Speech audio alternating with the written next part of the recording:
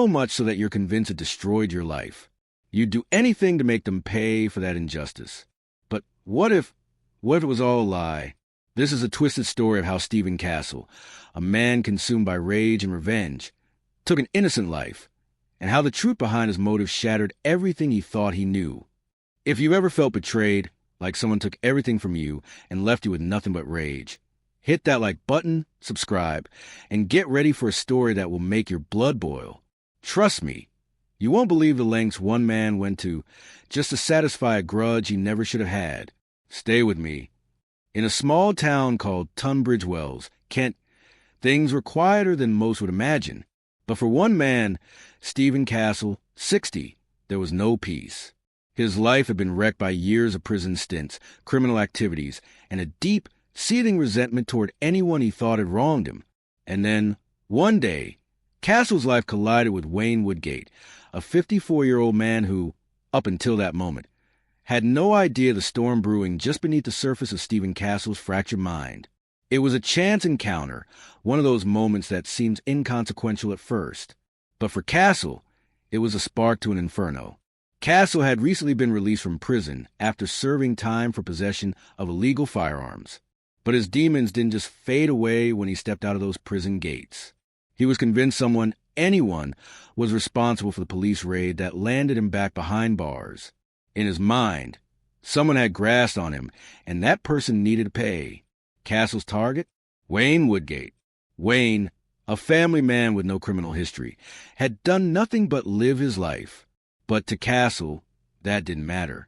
The seed of suspicion had planted itself, and it grew into a monstrous belief. Wayne Woodgate had betrayed him. Conflict escalation. But there was no evidence to back up Castle's accusation. Castle didn't know at the time, but Wayne had nothing to do with his downfall. Yet the rage inside Stephen Castle festered like an untreated wound. He felt betrayed by a world that had never given him a fair chance. And now, the man he'd pinned the blame on had to die. The confrontation occurred suddenly and violently. On that fateful October day, Castle ran into Wayne. Maybe it was fate, or maybe just a fluke. Either way, Castle saw red. Words were exchanged, and before Wayne could even defend himself, Castle attacked. Wayne tried to fight back, but Castle was driven by years of anger, years of feeling unjustly wronged.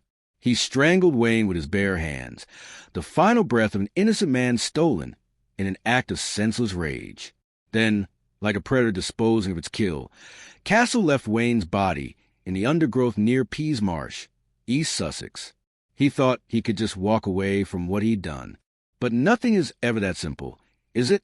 6 days passed before Wayne's body was discovered, lifeless, hidden in plain sight, left to rot in the underbrush as if he had never mattered at all.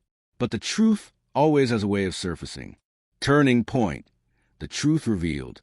It wasn't until Detective Chief Inspector Neil Kimber got involved that the details began to unravel. There was no evidence that Wayne Woodgate had ever grasped on Stephen Castle. Not a single shred. But Castle couldn't see that. He was too deep in his own delusions, unable to hear the truth over the loud roar of his own hatred. Castle was arrested, and as he sat in that interrogation room, he must have realized, perhaps too late, that his entire life had been shaped by a lie. He had thrown away everything for a phantom enemy who never existed, and now he would pay for it. Revenge planning and execution. Castle's twisted desire for revenge had led him down a path that destroyed his own life and someone else's in the process. It wasn't just a crime. It was the act of a man unraveling under the weight of his own unchecked emotions. The physicality of the attack, the way his hands gripped Wayne's neck. Every detail of that moment became part of Castle's life sentence. But what about Wayne's family? What did they feel when they discovered their father, their grandfather, had been taken from them so violently? In the victim impact statements, the pain was palpable. Wayne's children, particularly his son George, expressed how that empty space would never be filled again. George spoke of the trauma of knowing that his father had died alone, his final moments filled with fear. "I think about how scared he must have been," George said, his voice breaking. Climactic revenge payoff. And then the courtroom. Castle, now facing the consequences of his actions, was sentenced to life in prison. He would serve at least 25 years, though many felt that was too little for what he had taken from this world. The justice wasn't immediate. It took time. But there was something so deeply satisfying about knowing that Stephen Castle would pay for his actions. His twisted sense of revenge had cost him everything. Wayne Woodgate's family would never get their loved one back, but at least they knew that the man who stole him would never see the light of day for a very long time. It wasn't just revenge, it was justice. Sometimes, revenge feels like the only way to regain control after being wronged.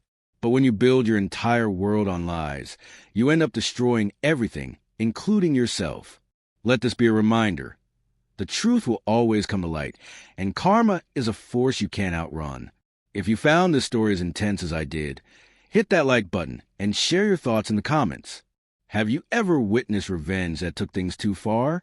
What's your take on how far is too far? And don't forget to subscribe for more real-life stories of justice, redemption, and the price of betrayal. Thanks for watching, and I'll see you in the next one.